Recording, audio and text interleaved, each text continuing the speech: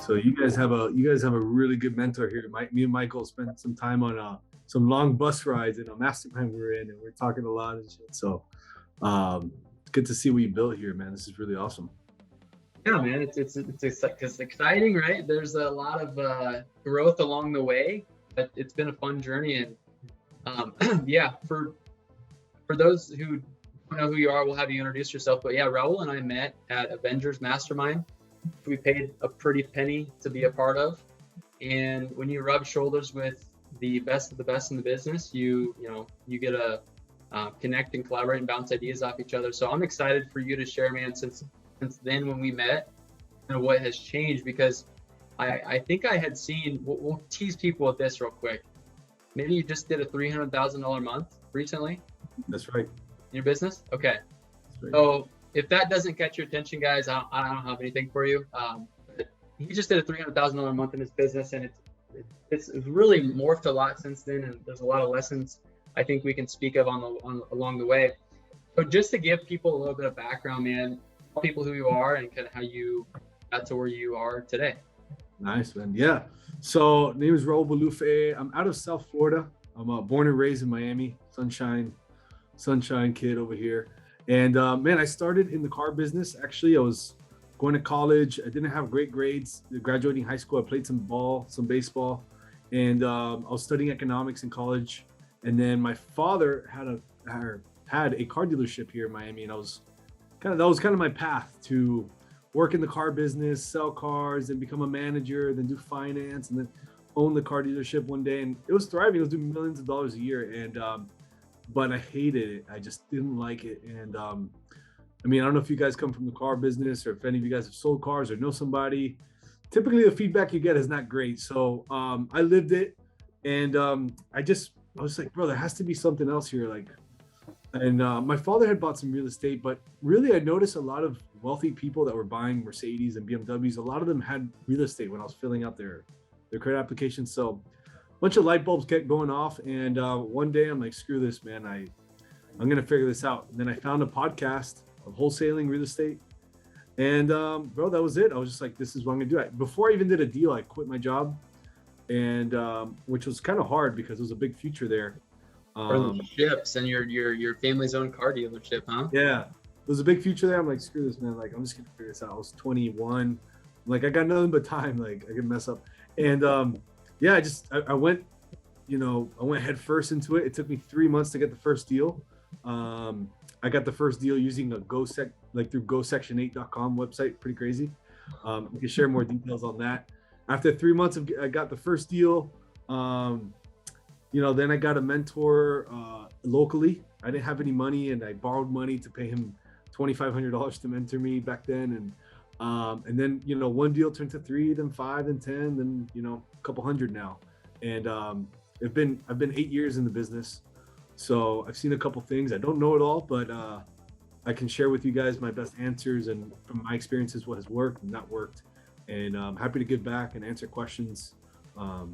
As of today, basically, we run a wholesaling business nationwide, where our office is here in South Florida, but we buy and sell houses pretty much in almost all states. I want to say maybe like 30 states. And then we have between 7 and 10 fix and flips going on at all times. I got a rental portfolio of about 25 doors, and then I have a couple Airbnbs. And man, just figure it out, like all of us, man, just trying to tweak a little better, get a little better. And that's kind of what my world's made up of right now. That's beautiful, man. So it started in the sales business, car sales, and you started to learn about people who were filling out these applications, had a lot of money, the ones who had real estate. So that's what sparked your interest. And you found your first deal on this Section 8 website, which I've never actually heard of before. So maybe we can dive into that a little bit more. But I'd be curious, man, just to kind of speak to the mindset, what it took to kind of have the faith to get into the business altogether, because a lot of us, a lot of the clients here in this room, they are maybe working that job still, and they do want more. They want to get out of that job and go full time, but maybe they're feeling like there's it's scary, right? It's scary to just let go of that stable income. What do you say to that, to these guys who are in that seat right now, like to take that leap? Yeah. Man, it is really scary. And you know, my and it'll come full circle, but like my father's an immigrant from Cuba. My mom, we grew up pretty rough. And then I think that when I saw how hard my father was working to make a good living, that kind of stuck with me. And I saw some of the sacrifices he did. And he's not perfect by any means. Everybody makes mistakes, but I think that stuck with me when I really thought about starting my own business. I'm like, man, from what I saw growing up, and I know not everyone sees this growing up, but maybe you could take it from me or from Michael, and you probably see people like this. I truly believe that with a lot of hard work and the right steps, you can pretty much accomplish your own business. And when I say accomplish, I mean you could accomplish making enough income to live, to supplement your regular job. So for example, if you're making 80K a year, 100K a year right now, working 50, I truly believe that with the right plan and hard work, you can make 50 to 80K in wholesaling in year one. I mean, I did it. I've seen people do it. I've helped people do it. Michael, you've probably did it and helped people do it.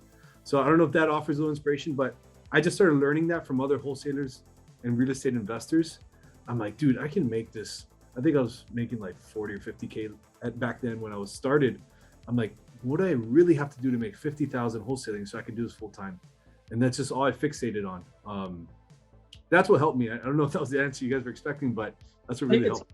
I think it's an awesome perspective, man, because that was my biggest fear. I was making 40,000 a year at this stable income job. It just kept coming in regardless if I busted my ass at work or if I just showed up. Like, it just kept coming in. Obviously, people who want to win are not going to just show up. They're going to go above and beyond and do what the best they can at what they're doing, no matter what. But I think an aha for me was when I just got that first deal that made more than a few months worth of income. It was like, it just clicked. I'm like, wow, if I can make $20,000 in a hit like that, why can't I do that every single month consistently? And so I believe in the beginning, it's so important just to get that first deal as quickly as possible. But, a lot of people in here who they've done deals, right? They've done some deals, but they're just wanting that more consistency. So what's the key to creating that steady flow of deals? Numbers, I would say. So what helped me put me at ease when I wanted that consistency was really understanding what numbers achieve what results. So I'm not sure what marketing most of you guys are doing, but I guess in a broad perspective to answer, how do you get more consistency if you've done 1 to 3 deals? How do you do 2 deals every month at 15, 20K a pop and make 40,000 a month, like forever, very consistently? Is you have to understand to the penny what exactly gets those deals under contract, what exactly gets those deals across the finish line. If you're doing cold calling, texting, whatever, how many texts you have to send, how many people do you have to talk to, how many contacts you have to make, how many offers do you have to verbally, how many offers you have to verbally say over the phone, how many offers you have to send by email, numbers. That's what has helped me get that consistency. Those numbers, man, just understanding that and opening up your mind that it's really fucking possible. It's really fucking possible to do it. Belief system, right? Like, you're reverse engineering this, and we've talked about this in our group coaching before, is you really got to start with the end in mind. So if your goal is, number one, to replace your income at your job because you maybe just don't like your job or you don't support what you're working towards right now, number one is how many leads do you need to generate, to how many appointments, phone appointments, in person, whatever, offers, contracts, revenue, and just realizing that there's a lead and a lag indicator to those results. And so it all starts with leads, right? You gotta generate the leads before you can obviously make any money in this business. And so, obviously for you found a mentor, which is absolutely amazing. That was a big part of my journey as well. And in that process, how crucial was that mentor on your journey, and what did you learn? Or maybe they were bad. I don't know. You tell me. Um, Man, it was so my mentor taught me enough at that moment in time. So this was 2013. And basically, this mentor taught me how to do deals on the MLS, which I could share with you guys. I don't do it so much anymore, but I had the formula all kind of mapped out. That's how I did deals in the beginning. So this mentor taught me how to do deals right off the MLS for free, basically free marketing. And it was, I mean, I ended up having to pay him $5,000 and we split 5 deals 50-50. But so let's say it's a total of 30 or 40,000. I mean, I made millions off the MLS from what he taught me in just a few months. Was he the best mentor in the world? Not really. He would barely answer my emails or texts, but he taught me enough to like get going, get my first one under contract, then get my third and my fifth.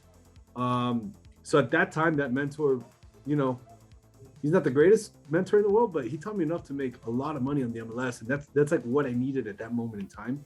And then ever since I've gotten, as things have changed and, the market shifts and all this shit happens, I get different mentors to feed into what's happening in the market now. So right now I mentor with Ken Clothier one-on-one and I pay him a boatload of money to do it, but it's what's, his information is what's going to help us thrive. So to answer your question, not all mentors need to be perfect, but it has to be what you need at the moment. Timing. Yeah, timing. Timing is of the essence for sure.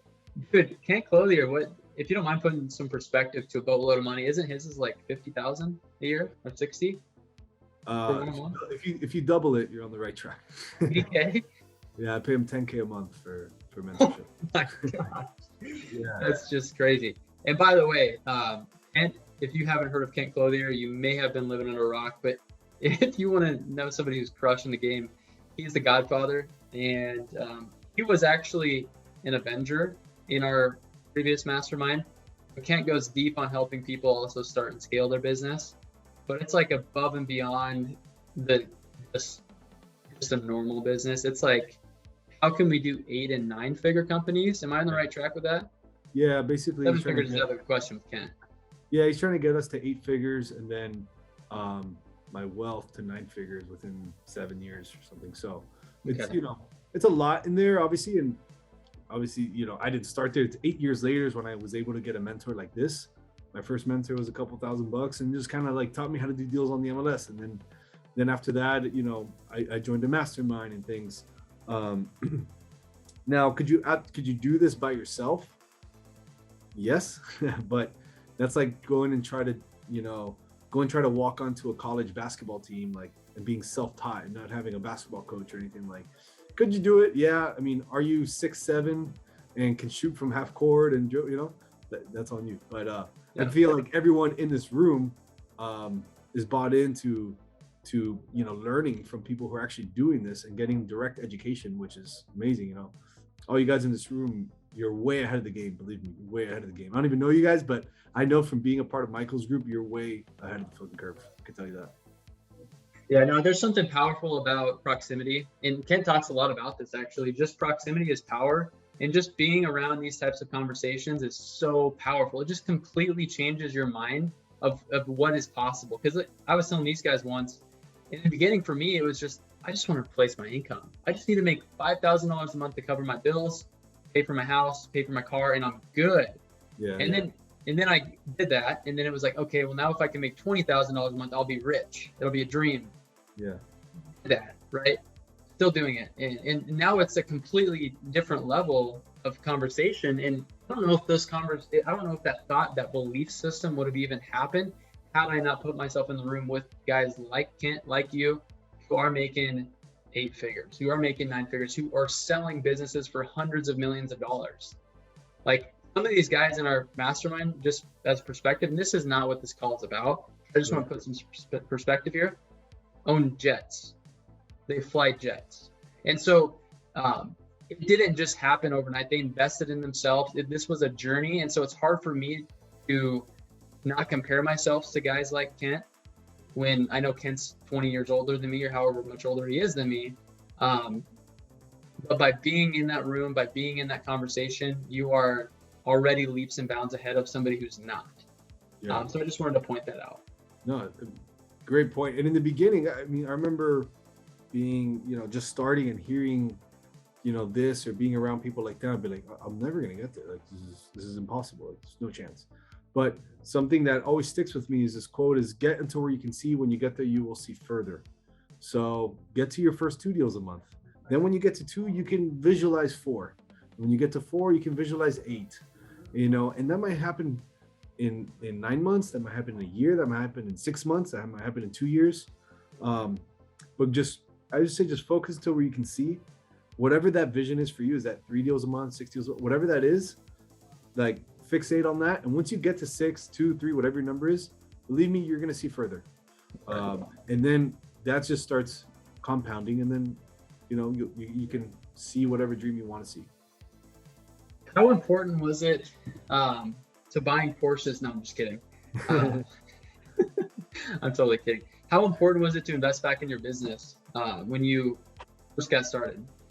Like, because I think it's easy, especially as a 20, in your 20s, maybe you're in your young 20s and you're making $20,000, $30,000, $40,000 rips like this, and you kind of want to go out and buy that car. You kind of want to go out and do these things, which, hey, if you want to, go for it. I made that joke because I think he has a Porsche 911 now, but that was my like my goal when I started wholesale. I was like, I want to move out of my mom's house and I want to buy a Porsche. Those were like the only thing that my little brain conceptualized. And it took me a while, but I did it. And then I still kept the Porsche because I'm like, all right, now I don't need another car. This is a nice one. But all jokes aside to basically investing back in the business. Look, it really depends. Like, if your goal is to buy a nice car or move out or get a different house or different apartment, I would say absolutely you can, allocate some of your money into that, because that is what fueled you to get started, what fueled you to get your next deal. But I think at the very minimum, you should be reinvesting 20 to 30% of your assignment fee into the business. That's at least that's the formula I've used to go. If you really want to grow like hyper aggressive and maybe you don't need to keep so much income, maybe you can go 35 to 40%. If that makes sense, right? If you get a $10,000 check, put at least 2,500, 2,000 or 3,000 back into marketing so you can continue to produce leads and get deals. That's how I would do it. That's kind of like the formula we consistently use.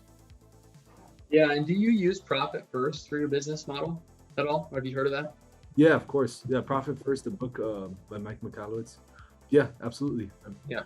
So I think that's just so much value in knowing what that even means when you're a new business owner, because a lot of people, like including myself in the beginning, I just didn't have, like, I knew that I needed to put more towards back for marketing, but I didn't have like a formula. I didn't have a percentage of, hey, because I'm a business owner and I take a lot of risks to do what I do, I want to at least give myself 10% profit out of every single piece of income that I make.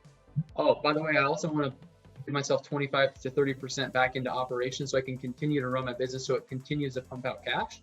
And then I also need to pay myself for owning the business. So I'm allocating 25 to 30% for that. And then I'm allocating, 15 to 20% for taxes, whatever your tax bracket is. So you can break this down out of 100%. You can break down what the actual allocations are. And then you can, consistently put money back towards it. So in the beginning, obviously, it's like most of us, you were finding deals for free. My first deal was actually a Zillow listing, and it was for sale by owner. It was a fourplex. We made $20,000 some on. In fact, I sold it to Phil's cousin, I think, your uncle. Oh shoot! All right, Phil. Is that the same one that your uncle bought? It's actually my wife's cousin. Your wife's cousin. Okay. Oh, cool. Yeah, crazy first deal. Yes. Never forget that first deal, right? Yeah, it's a crazy one.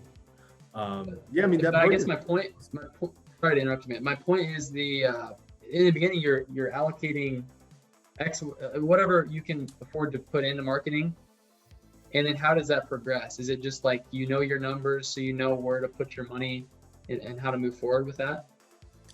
Yeah, there's so for me, it changes like every quarter, just depending on how much cash I need to live, or where my investments are going. But to make it really, really simple, there's a video that Tom Ferry, the real estate agent coach guy. Have you guys heard of Tom Ferry?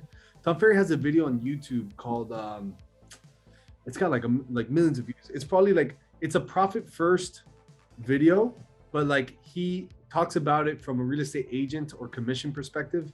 And the way he breaks it down is like really simple, really amazing. I'd recommend you guys watch that video. But yeah, basically, it's so hard to say because like it changes all the time. But if we get a check of $10,000, about 3,000 of it goes to marketing, about another 3,000 of it goes to pay the owners, and then the rest goes to taxes and operations, basically. Yep. That makes sense. Absolutely. So I think perspective wise, it's just good to help somebody who is wanting to get to that 10, 20 deals a month mark, how to get there, right? Yeah. It's overwhelming to hear somebody say that when you're first getting started. For me, it was just like, hey, come on, sounds good to me. I can pay the bills, I'm happy. Then it becomes more than that. Then you build a business. For us, it was $1,000 a month. Like we committed, we're just going to put $1,000 a month towards marketing no matter what. We know that what we're doing works because others have done it. And, obviously having a mentor who is in the existing market helps. So you can kind of pivot as needed. But then it was like, okay, got a deal. Cool. That works. Let's keep doing that. Let's add another $1,000 towards something else, or let's increase a little bit more. And then as long as you can track that and reverse engineer it, I believe there's really no cap, is there? No, there's no ceiling. There's no ceiling at all. Yeah, and no, it's a good point. If I would have implemented something like this in the beginning, so if you guys are just doing your first deals now, if you just get in the habit of doing something like this, it doesn't have to be perfect, but you get a $10,000 assignment or a $20,000 assignment, X% goes here, X% goes there. If you kind of get in the habit of doing something, right? It doesn't have to be perfect. It might change. I mean, I think me and you might, like each of us would have had a lot more money. Okay. Like, if it all goes into one account, right? If you make 20 grand and it all goes to one bank account, and that's where your marketing comes out of, that's where your rent gets paid, bro, things get real nasty. So especially when you start messing around with private capital, you kind of have to have that segregated. Yeah. From there. Yeah. But no, it's a good point. Really good point, man. Yeah, no, that's awesome. So I want to pivot. Let's talk about, you said you're nationwide. Let's talk about what that looks like. So tell me about your team, what's your team look like, and then we'll kind of pivot into marketing. Yeah, so right now the team looks like we have a COO who basically like a general manager. He runs a lot of teams. We have 2 sales managers. They each have their sales teams. So we have a sales team.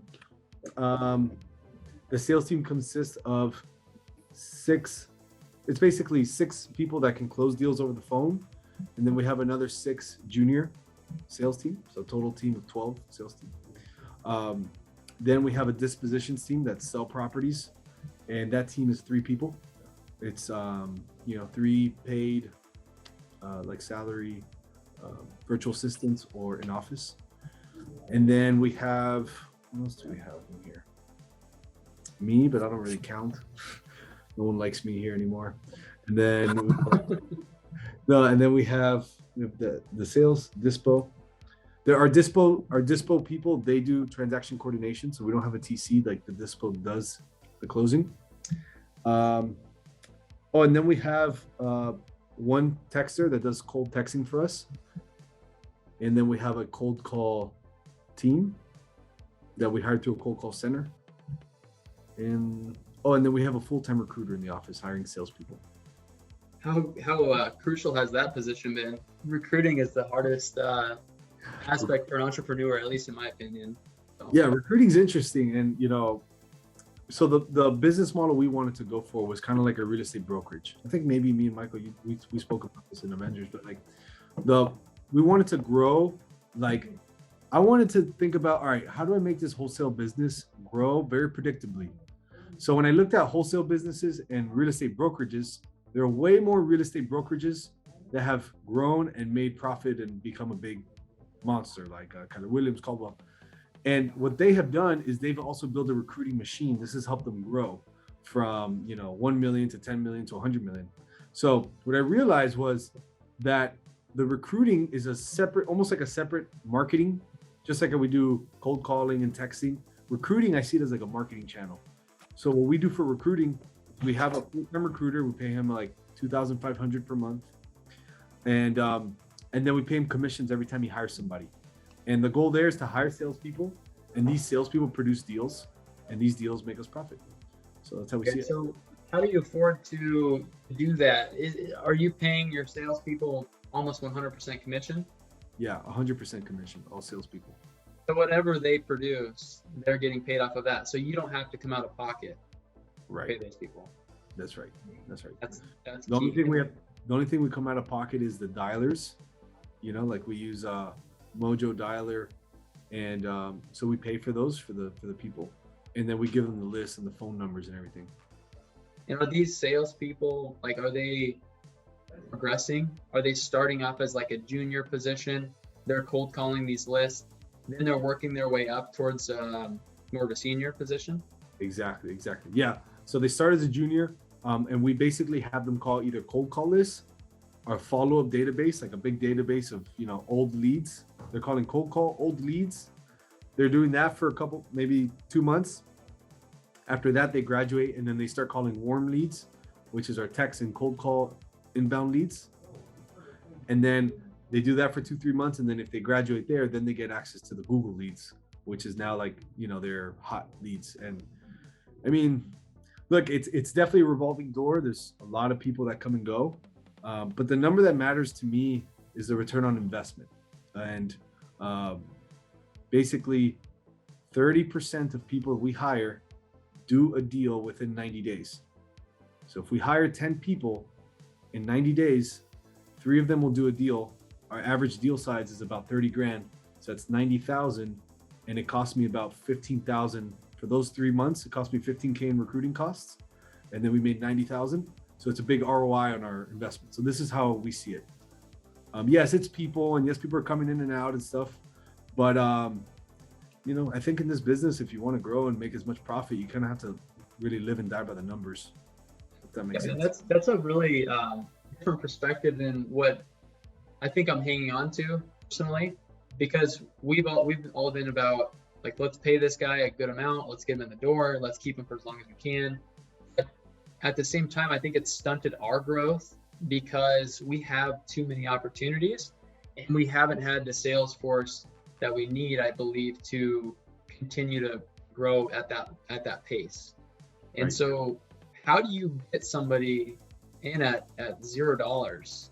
Like, you just give them a more incentive on the commission, or how do you structure that commission to where they want to come work for you for 2 or 3 months, knowing that they may not close a deal? Yeah, that's a really good question. So it's 15% commission is what we pay them. And we just get so many people in the door, literally just like marketing and sales, like just like what you guys are doing to find leads, that's what we do to find people. So we do a lot of Indeed ads. So we get about, I can share some numbers. I don't know if it'll matter, but I can share some numbers if that helps. But so we spend about $1,000 a month on Indeed, right? On Indeed ads. We post different ads like real estate wholesale closer, inside sales, things like this. And with $1,000 a month, we get about 200 applicants a week. Out of these 200 applicants, we bring in about 30 a week to do interviews. And then out of those 30 a week, we get probably 1 to 3 to start every single week. Wow. That is how we get 15% commission only people. It's just a lot of people, but marketing, man. And because 300 people apply and then only 3 start in a week. So, I mean, that's how we get 15. That's how we get commission only people. And then you just keep that machine running, bro. Yeah. It's almost like me asking you, why would somebody sell their house at a discount? That's how I think. And believe me though, at first I literally thought just like you, and then we started getting some guidance. I have a mentor that taught me how to do this thing, and it's been. I mean, that's kind of like the model we're running with, and I'm happy to talk more through it if you guys find it valuable. No, But I think that's awesome. It's good Yeah. perspective, right? I ask myself that question all the time. I'm like, why does this person sell me this house for $65,000 when it's worth $150,000? Weird, But I don't complain. I'm just like, hey, sign it up. This one we're closing on because that's a really good deal, and I think we're actually gonna take that one. So it's the beauty of building this machine. Like, Oh yeah. awesome. Let's talk marketing, man. So you're doing the cold calling, you're doing the texting, you said Google Ads, so they're kind of progressing through to that. Is there anything else that you're doing, and what's currently, I would say, giving you your best ROI? So it's Google Ads, cold call, and text. Those are the three channels we're doing. Cold calls about 3 weeks new, so I don't have like so much data there. But texting we've been doing for a while, and PPC for a while. PPC is Google Ads, and the best return on investment is still text. Believe it or not, still text. Crazy. Are any of you guys doing text? Do you guys do text or no? Yeah, I am. Yeah. And by the way, if you're not doing text, I would, after this conversation, very strongly consider it, because he just said it's his best ROI, and it's a very low cost marketing channel. As long as you have the data, you can plow through those people. And I'm guessing, I mean, you're not obviously doing it, but like, you have probably a virtual assistant. You're probably not paying them a fortune to do this, are you? No. So we have we use launchcontrol.com, or if you Google Launch Control, you can find them. That's the text platform we use. Then we get the phone numbers, the addresses, we skip trace them, we put in there. And then we have a virtual assistant out of Mexico, and we've trained her to send the text messages and answer, and then only send us the good leads. Mm-hmm. And we pay her $5.50 an hour, and she works about 30 to 40 hours a week. I can't remember how much. It's probably 40 hours a week, but something like that. So $5.50 an hour. She works, let's say, 40 hours a week. That's $220 a week, something like that. And we're sending about 3,000 texts per day, and we're closing between 2 to 3 deals a month out of it. So our total text spend between data, our text girl, phone numbers, pretty much like all in costs is about $7,000 a month. And we're doing about 3 deals at an average of like 20. Our text deals are like 25K. So 50, 75K for 7K. So it's a pretty nice ROI. Some months we'll get 1 and some months we'll get 4, but we're averaging 3 a month. So I'm really kind of excited that we're talking about text right now, because we just closed we closed tomorrow. We plugged in and went hard on text. I'm like, hey, if these guys are doing it and they're crushing it, we're going to turn it back on and we're going to see what we can do. And first month in, man, we got a deal under contract for $185,000. Nice. We said $225. Ooh, that's a big one. $40,000 pop. And by the way, that pays for texting for us for 2 years. So the beautiful thing is it's low cost. And I didn't factor, I'm just thinking about the subscription. I didn't factor the cost of labor for that. Right. But it's still huge. What if you could do that? Like, having a very, very, niche. I think the biggest thing, the question that I have, this is kind of a personal thing, is how do you keep this data fresh? Like, how much data are you pulling to keep fresh on these lists? Because if you're spending 3,000 a day, yeah, that's a lot. Yeah, that's the biggest expense with text.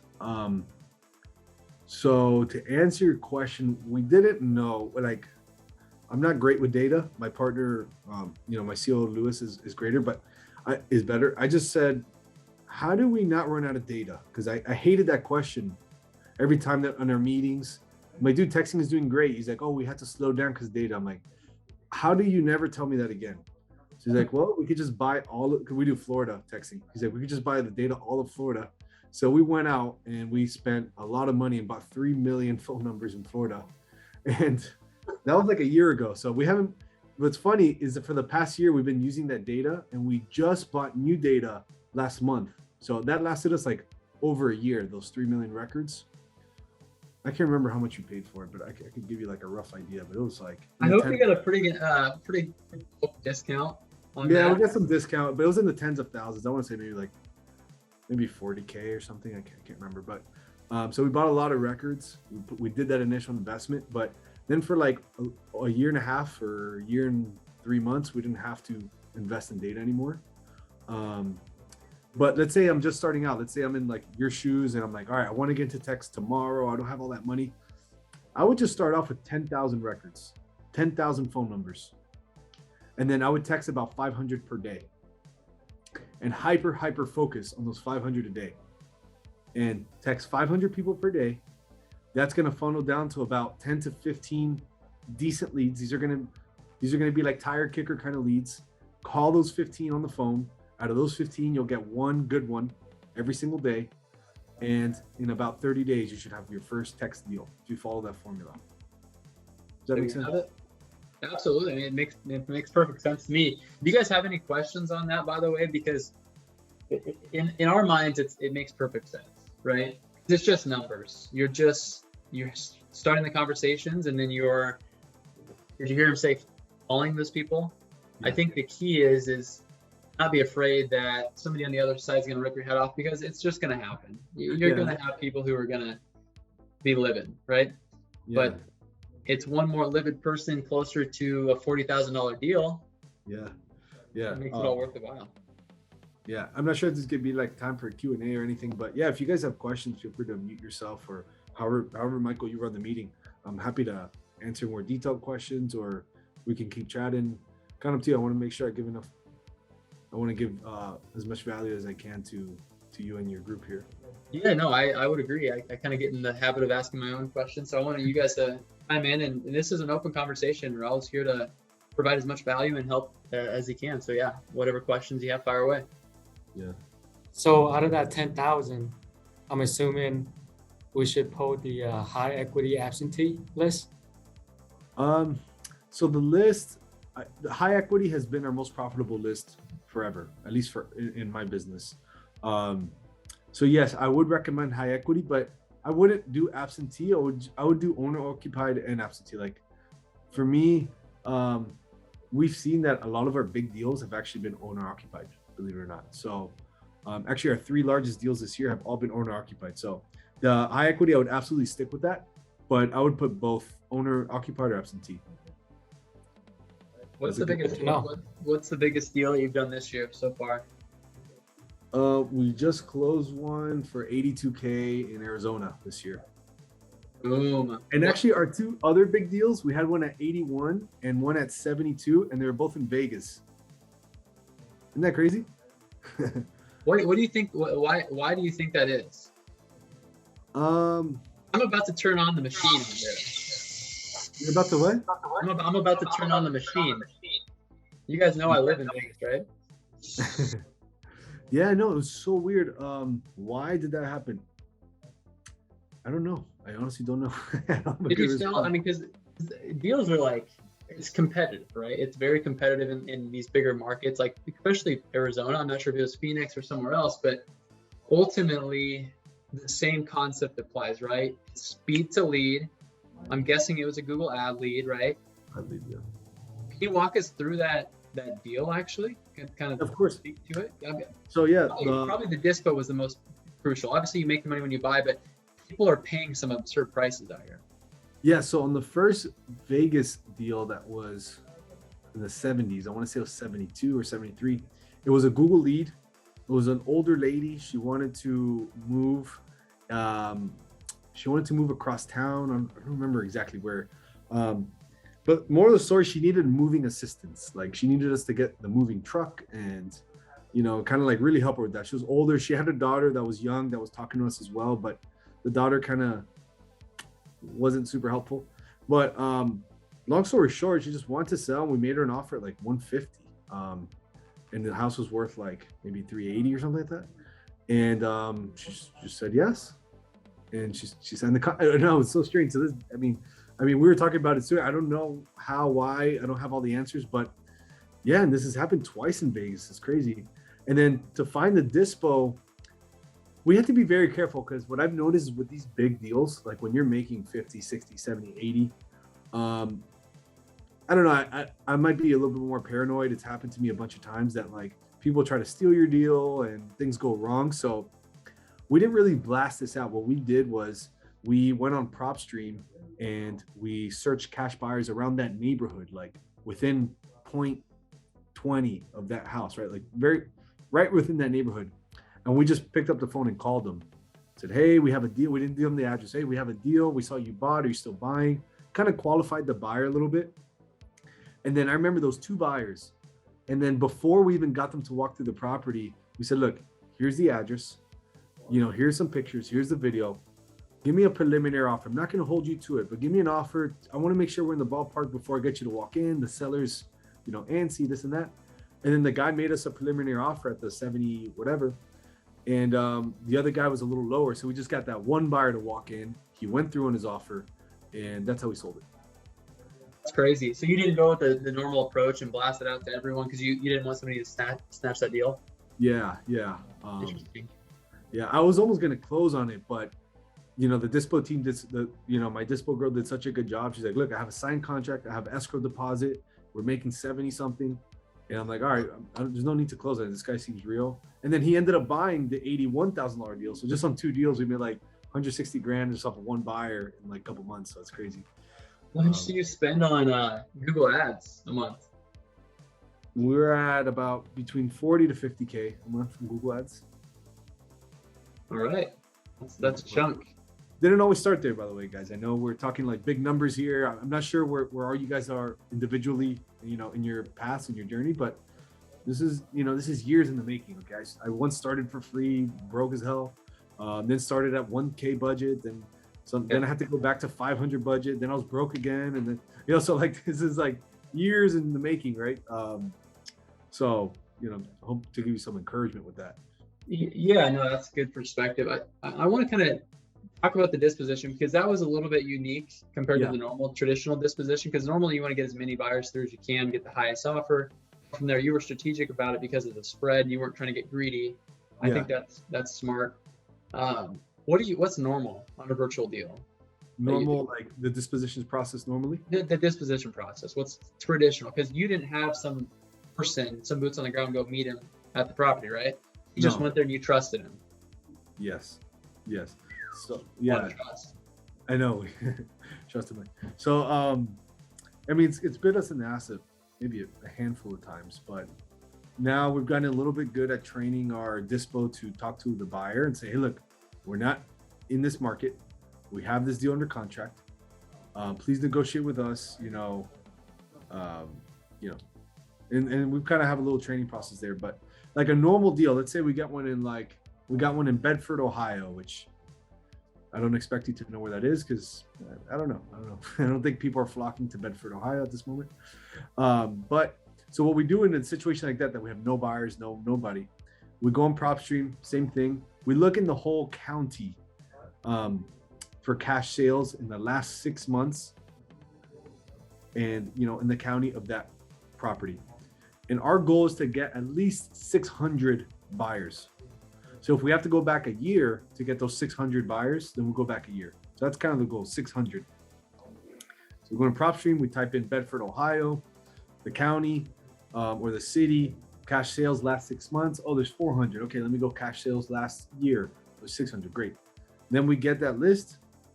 We send it to a skip tracer to get their phone numbers. And then we put them on a dialer. So we put them on Mojo Dialer. One of my dispo team will call them. And then we also text blast them. So we have one texter and one caller for the dispo. In a team of 3, that's kind of how they split up the roles. And then one of our dispo girls is just a closer. Like they find the hot buyer and they'll close them. That's pretty much our process right there. We call them. If we get ones that are interested, we set up a showing. We get everybody in on a showing the same day. I know on trust, it's kind of sketchy, I know, but that's what we do it. And then we sell it. So we've dispositioned. We just closed a deal in Pennsylvania for $30,000 profit. Came from a Google ad. Nice. And the cool thing is like you can do this anywhere in the country. Yeah. But it gets a little bit weird when you're in these markets where you don't necessarily send somebody to the house to meet with these prospective buyers because I think what's most important that you said is you set the stage, right? Yeah. If you're not setting the stage, it's a free for all. In fact, I just had a buyer go meet with a seller today who is in a house in my main market. I'm like, dude, what in the world are you doing? You just went and welcomed yourself into this person's house. But aside from setting the stage, like, what's that conversation sound like for the seller? Because I think that's a big thing for a lot of people, especially if they're new to the wholesaling game. Like, how transparent do you want to be? All of that. And everyone has a different approach. I'm just curious how much you're taking. Yeah. No, and that's a good point. When I do meetups here once a month, for newer people who are looking to get in, and I think I get asked this question every meetup. So it's like a real concern of like, oh, how do you prevent buyers from going behind your back and things like this? Yeah, so you said it perfectly. We set the stage with the seller and we set the stage with the buyer. The conversation with the seller sounds like, hey, Sarah, we have some money partners, contractors, other investors going. These are people that partner with us on deals. Sometimes we sell the deals to them. They might talk to you about pricing and things. If you don't mind, please don't talk to them about that. We handle that with them. Just allow them to walk through the house, check everything out, and and then once they're done, you can show them out. That's how we say it. Literally, we tell them, don't talk about pricing. And then to the buyers, like, hey man, we have this property under contract. We are wholesaling it to you. We do get a lot of deals in this area. So if you are a real buyer, I suggest that we have a good relationship here. You don't do anything like talk to price or try to get anything with the deal.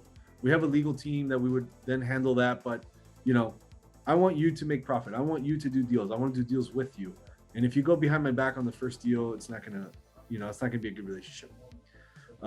Ultimately, we set the frame like, dude, you, the buyer, you kind of want to be in a good relationship with you, the wholesaler, with me, the wholesaler. Like, we're going to give you deals and you're going to make profit, but don't go and do some shady thing, Yeah. That seems to work for a good amount of time, but it still happens, still happens from time to time. Maybe one out of 40, I would say. Yeah. It's inevitable. I mean, you can't have that conversation with everyone. I mean, you can do your best to instruct your team to, but ultimately somebody's going to slip through the cracks. 100%. So it's going to happen. But no, that's awesome. So your total overhead, you're spending $40,000 a month on Google Ads in itself, which is a fortune, by the way, a lot of money.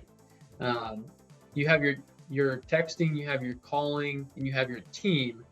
So what's the biggest part of your overhead? Is it marketing? Or what's the biggest expense, would you say?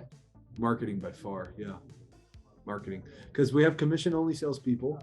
I pay myself a salary and my COO gets a salary, and then we have 2 other people on salary, which is like them two is like $6,000 a month. And besides that, I mean, my office and things like this, but by far, marketing is probably between 35 to 40% of our overhead.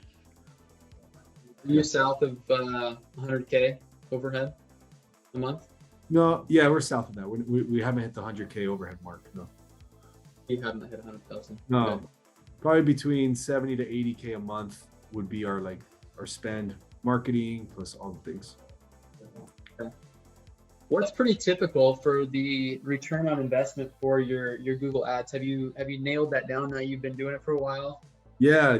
And actually, from coaching with Kent, he's really helped me nail that down. Like, what is my ROI on marketing? Know your KPIs. Yeah. So on Google Ads, the best month we had was this year in March, and we were a 6.2 return on ad spend. Nice.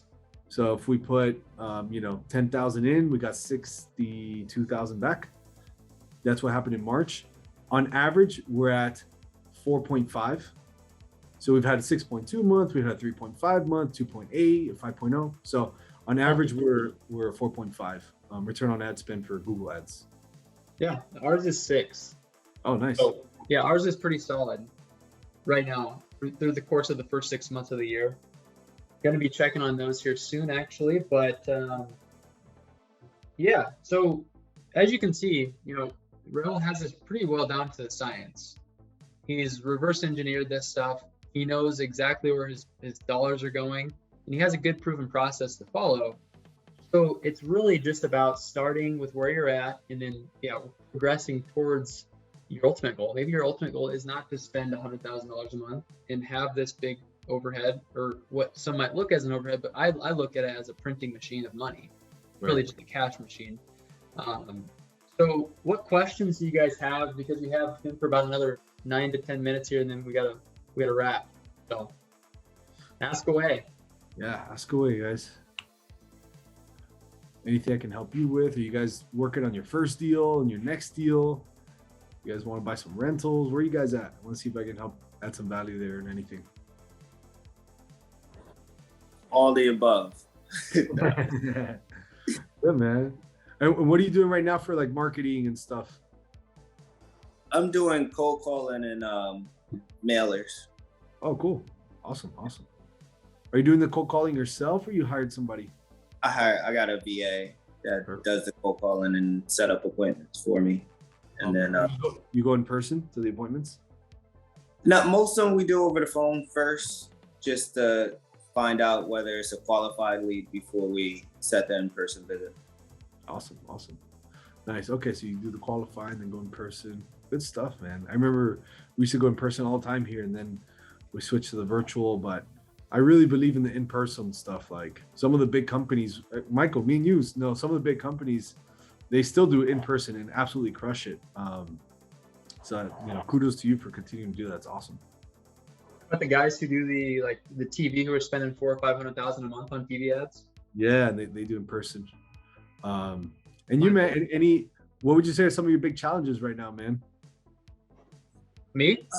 I don't know what his name is, but I've got to figure out how to change that. I don't know how to change it. But, it's just getting qualified leads as of right now. It's a lot of people just kicking tires pretty much and just asking for, Zillow prices, I guess. Yeah. And not really, have any issues as of right now or need to sell, I guess. Interesting. Yeah, we've seen that with cold call and texting. It's like similar numbers. And it takes anywhere from 70 to 100 leads to get a deal. That's what we've seen. So in leads, I don't know what you classify as leads, but that 70 to 100 means anyone who says, I want to sell, that goes in that category. So basically, in maybe a simpler terms, you need like 70 to 100 tire kickers to get one deal in cold context. That's what we've seen from our, I don't know what market you're in. Obviously, this is market dependent, but if you kind of guide yourself on that number, then your goal is how do you get your cold caller to get you 70 of these people as soon as humanly possible? Or maybe get 2 cold callers, or you jump in and try to help them get that, if that makes sense. Yeah, and I think I like the texting idea and trying that route. Yeah, for sure. You already have the data. So you could just plug that into Launch Control, and you plug that into Launch Control or whatever texting platform you want to use. And man, you send a couple hundred texts a day, and I mean, if you're consistent with 500 texts a day, like there's a pretty big chance you get a deal in the next 30 days. An extra. Is there anything in particular that you're putting in your text messages initially? We change it week to week, but Launch Control will help you set up like the right text message because there's some words you can't say or whatever. But it's along the lines of like, hey, have you considered a proposal on your house? Or, hey, have you thought about relocating? Like you can't really say things like, hey, you want to sell your house for cash? Because then the text won't go through. But Launch Control will help you set that up. I don't know what you're using, Michael, what platform, but Launch Control still helps us with that. So we use batching in Launch Control. I've used Launch Control for a couple of years consistently. Yeah. And we wanted to try batch because I like how they have all the data that you can push through right there. It's just so much easier for the flow. It's all pretty much the same. I like Launch Control because they help you set that up. A little bit more expensive. I think if you do the math and you equate the cost per text message and batch, it's probably a wash. If you're sending that kind of volume. Yeah. I think like Launch for starting out is good because it guides you so well. And batch, if you want to send more volume, probably batch is good. But yeah, dude, throw that cold call list you have. How big is your list for cold call right now? Like how many phone numbers do you have? We have a bunch. I just partner up with a buddy of mine that he does a lot of driving for dollars. So he's sending me probably a couple thousand leads a week. Call. So I'm thinking we're gonna start hitting his list also with text messages and my list that I'm pulling with text messages. Oh, that's awesome. Yeah, throw that list in there and bro, you'll crush it. I mean, yeah, it's awesome. Yeah, the hardest part is the data. You already have it, put it in there. I don't know if maybe you could train another VA or your cold call VA or somebody else to already for you. Absolutely. Yeah, I have a daytime job, so it's hard to be able to do it, but I do have a second VA that can help me handle the text messaging. So go, man. Go for it. ASAP. Good stuff. Go for it, bro. Go for it. That brings up a really good point real quick. I want to ask you this, Raul. He's got a job, so when he's doing this, like he needs to create some training content. How important do you think it is to maybe document that process and find a way to reuse that if you ever need to train somebody again? Because I know that for us has been, in the beginning, it's a huge time constraint. Oh, yeah. How do you organize that? Do you have like a operations manual, like a training, anything like that you use? Or do you pretty well just have the videos and like a collage of them for somebody new coming in? The videos, so like for texting, for example, I'll like record my screen on Zoom of me texting for an hour, and that will be our training. I'll be like, hey guys, just watch this video. And then I will, me or somebody else will text. I guess somebody got a deal here. So somebody will text and see, they don't like me. They don't include me in the clapping anymore. I can't do it. So like I'll text in front of the new VA, like on Zoom or something, record this, and then this will be our training. This will be our training. And then for like salespeople, we don't really have something like that. Yeah, we do have a manual, but we just have people shadow on the sales. Like sit next to me for 2 weeks. That's your training, man. There you go. You have to be fancy. Show them stuff. I love it. That's a really good question. I think the videos helps a lot. Recording your screen on Zoom, and that's helped us a ton. Awesome, man. Andy, what's good, man? Good to see you. You have any questions for Raul? I kind of missed the first part of it. We got it recorded though, so you can go back and check it out. You're muted, man. You're muted, but I in spirit I know what you're saying. All right, there you go. Sorry, I muted that there. I just went under contract on 2 properties while I was tied up on the way into class. So sorry about that. Guy called me at 2:00, and I went, I got a thing I'm supposed to be at, but let's try it. And looks like it's gonna work out. So that's pretty sweet. Yeah, it's great. So anyway, my first thought, Raul, is when you start diversifying geographically, you start working on, because right now I'm pretty hyper local. In my market, I have one small market, one market. I'm there and only there. How do you, when you get to the point where you're like, hey, I want to start diversifying geographically, how do you convince yourself, or not convince yourself, but how do you know when you're ready to start moving out into a more regional or even national kind of market approach? So it depends on your goals, man. Like if you're very hyper focused, hyper local, and it's producing the revenue that you're good with, then I wouldn't really move. If you're like wholesaling and flipping and buying rentals in your market, and that's your business model, I probably wouldn't move for a long time. That's kind of my first feedback. If you really wanted to move on and do more deals and do something like that, you would have to think that when you go to different markets, you're not doing a new marketing campaign. You're literally doing a new business. Like, once you go from like your local market to nationwide or to 3 states or to another state, you're changing your acquisitions process, you're changing your dispo process, and you're changing your TC process. So you're actually changing the whole business flow. So you just have to prepare yourself for that before going in. The reason that I did it was just for scale. In one market, I couldn't get to the revenue numbers that I I wanted to get to. So even if I did everything 100% perfect, I probably wasn't going to get to these numbers. So I'm like, if I start diversifying now, it'll lead me there. But I'm not sure what your situation is. If you're like wholesale, fix and flip, buying rentals, buying Airbnbs in your local market, and there's plenty and plenty for you to do, and you're good with the income that's happening, honestly, I would just stay focused. I probably wouldn't move unless you really wanted to like scale up and do something, big and national. If that makes sense. I'm not sure if that's what you're looking for. Yeah.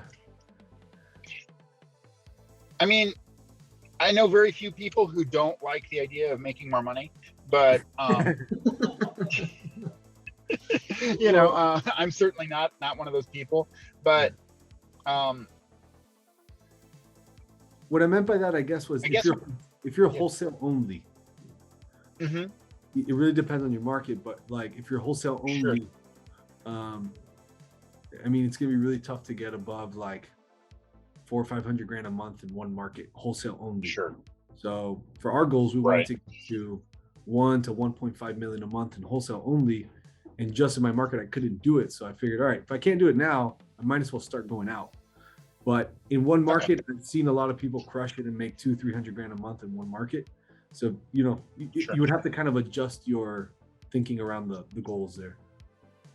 Okay. Yeah. Okay. So that makes sense. Great advice. As a follow-up to that, would you focus, on getting your business like super locked in your one market first, or would you just get to a point where this is working but it's not perfect, and then kind of grow geographically? I would think of it as I would think of it as a consistent income thing. So like, is my business in my local market making me like consistent cash? Set a goal for yourself, whatever it is. Is it making me consistent cash for 6 months in a row? If it is, and it's a nice machine, then I'd think of going a different direction. Great. But yeah, good question. Awesome questions, man. And congrats on your 2 deals. Thank you. Best, man. Good stuff. How'd you find those deals, Andy? They were direct mail to a Driving for Dollars lead, actually. Nice. I sent one of my luxury letters to this guy, and he called me, and then I said, hey, do you have anything else you want to sell too? And he said, actually. So I got both of them off the same seller. Good stuff. Guys, I gotta run. I have another meeting to go to, but it was awesome chatting with you guys. Michael, thanks again for having me on, man. And feel free to reach out if you guys have any questions on Instagram and YouTube, and I'll help you guys out. Awesome, man. Thank you so much, man. Really appreciate it. All right, man. Be easy, guys. Take care. Take care. Thank you very much. All right, guys. Well, hopefully you got a lot of value from that. He's obviously crushing it. So any follow-up questions that you didn't get answered in that call that you were thinking about or wanted to answer before we wrap this up, and anything like that? All right. I don't really have a question, but I was just gonna say, it's perfect, man. I mean, I really would just want to take the time to say thank you for like the value that you're providing me by you just being here. Absolutely. But by also the people that you're bringing into those meetings. So yeah, I mean, it was great. Well, that was the first one, so I'm glad you guys got a lot of value from it. I have a lot more where that came from, so I'm glad you guys got value from it, and we'll be doing that at least once a month for sure. We bring in the big guns. It inspires me too. You guys probably could tell I was asking a lot of questions because I'm like, okay, if he's doing this, there's a lot I can learn from that too. So I'm always a learner. Curiosity is something that you guys all should continuously have, and nobody knows it all. So anyway, awesome session, and I'll drop this in the group drive. So for you, Andy, if you didn't catch the first half because you're too busy getting contracts, then you can come catch the beginning part of this just so you can hear some more background on him. But you guys have any thoughts for next week? drop the comments or make a post, and let's continue to engage. And I think this is going to be the way we can all continue to grow together. So thank you all for being here.